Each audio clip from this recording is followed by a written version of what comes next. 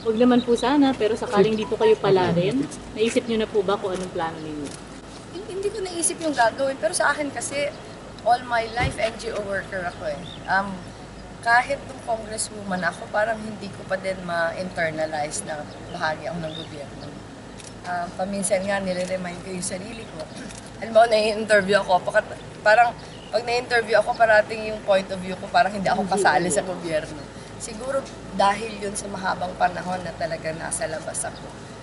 Tingin ko hindi naman sa akin magiging mahirap. Hindi sa akin magiging mahirap na bumalik sa dati kong buhay. Kasi yun yung mas kinasanayan ko din ng buhay. At ngayon, yun yung hinahanap-hanap ko pa rin. Pero siguro merong mga changes in the sense na yung family dynamics namin, hindi na din pareho noon dati. Kasi kung ako siguro papapiliin, mas gusto kong dito ako sa Bicol.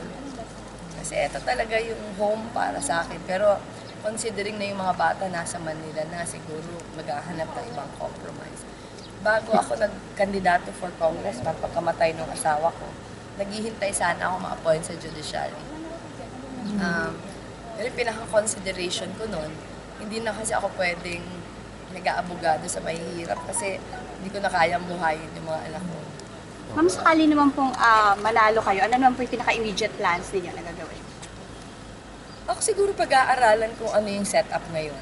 Kasi gano'n naman yung transition, di ba? Hindi ko naman mapupush ka agad yung gusto ko. Yung imagination ko sana, mas malakas yung yung provincial presence ng Office of the Vice President. Yung rather than spend for the upkeep of Coconut Palace, bakit hindi mag-downsize? Tapos maglagay ng satellite offices na lang sa iba-ibang lugar para mas malapit yung opisina sa pagpaninilbihan. Pero syempre, siguro kung manalo ako, yung pinaka-first, titingnan ano ba yung nangyayari ngayon. Kasi mahirap naman yung gagawin mong drastic, di ba? Parang just for the sake of change. So, ano yung magandang nangyayari ngayon, ano yung gusto mong palitan, tapos siguro take it from there. Actually, aminin ko, hindi naman ako very familiar kung ano yung setup ng Office of the Vice President ngayon. Tapos, it will also all depend on ano ba yung trabahong ibibigay sa akin ng Pangulo.